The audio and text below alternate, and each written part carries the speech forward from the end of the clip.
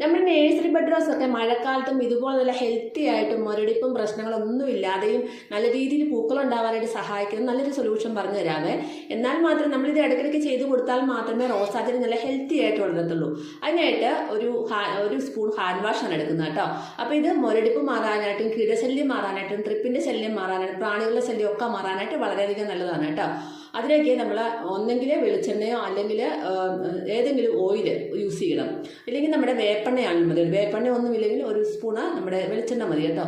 അപ്പോൾ ഇത് രണ്ടും കൂടെ നന്നായിട്ടൊന്ന് മിക്സ് ചെയ്തിട്ട് 1 ലിറ്റർ വെള്ളത്തിൽ ഡൈല്യൂട്ട് ചെയ്തതിന് ശേഷം നമുക്ക് ഒരു സ്പ്രേയറിനകത്താക്കിയിട്ട് ഇലകളിലെല്ലാം ഇതുപോലെ സ്പ്രേ ചെയ്ത് കൊടുക്കാം കേട്ടോ. അപ്പോൾ പെട്ടെന്ന് അതിലുണ്ടാകുന്ന പ്രാണികളും പുഴുക്കളും ഒക്കെ പെട്ടെന്ന് പോകുന്നതായിരിക്കും. അതുപോലെ വണ്ടുകളുടെ ശല്യമൊക്കെ പെട്ടെന്ന് കുറഞ്ഞു കിട്ടും. ആ ചെടി ഹെൽത്തി ആയിട്ട് വളരാൻ സഹായിക്കും. മുരടിപ്പെല്ലാം മാറി കിട്ടും. അപ്പോൾ ഈ ഒരു സൊല്യൂഷൻ നിങ്ങൾ തീർച്ചയായിട്ടും ചെയ്ത് കൊടുക്കണേ. ഇത് നമ്മൾ 15 ദിവസം കൂടുമ്പോൾ ചെയ്ത് കൊടുത്താൽ നല്ലൊരു റിസൾട്ടാണ് കിട്ടുന്നത്.